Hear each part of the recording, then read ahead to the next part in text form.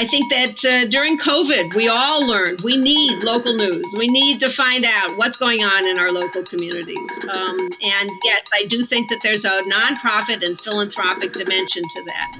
And I think that there's a younger generation that is thirsty for reliable and interesting and funny information and having more varied sources and not having it all coming from the same places.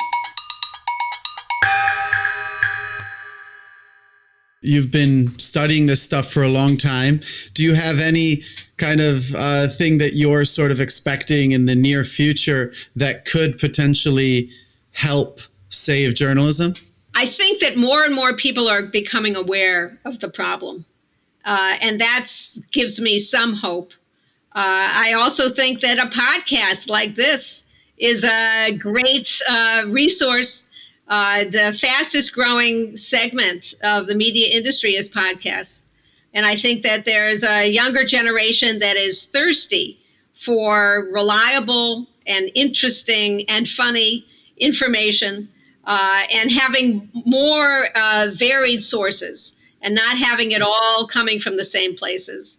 So more and more platforms that allow people to find this kind of podcast. That gives me hope. And I do think that public media is a big part of the solution. I'm on the board of public media in Boston, GBH. And, you know, it is serving the schools, it's serving communities.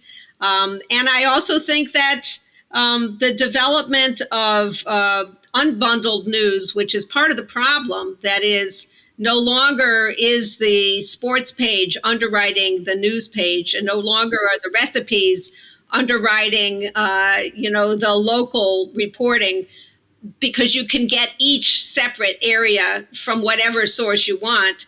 That also may be a solution, because it may be that people will be able to make demands and have more producers, more people who say, I am going to the city council meeting and I am reporting on it.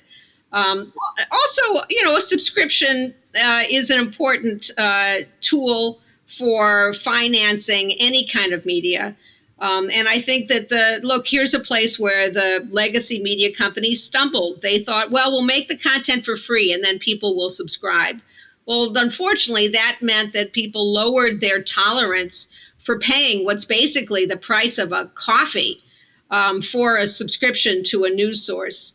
And that's beginning to be reversed. We're starting to see local news increasing their subscriptions and having more plural sources of revenue.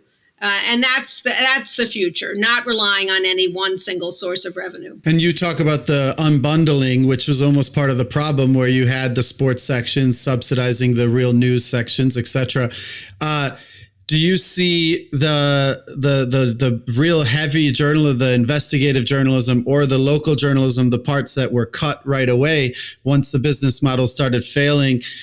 Do you see those? How important do you see nonprofit as a way to fund those types of segments? Well, I'm glad you asked that. I do think that nonprofit is a very important part of revenue sources now and in the future for investigative journalism, for journalism that actually holds power to accountability. So whether it's philanthropy or it's you and I make our charitable deductions by making a gift, I think that those are important sources for, let's face it, for documentary films. And for public-oriented news and podcasts and so forth. I also think, frankly, we should understand that in many parts of the country, the only reporter who's covering what's happening in the state capitol is a student. So we should actually subsidize student journalism, because in many places, they're the only ones who are there, who are going to the police court and seeing what's happening. And is there abuse and is there corruption? I think that during COVID, we all learned we need local news. We need to find out what's going on in our local communities. And yes, I do think that there's a nonprofit and philanthropic dimension to that.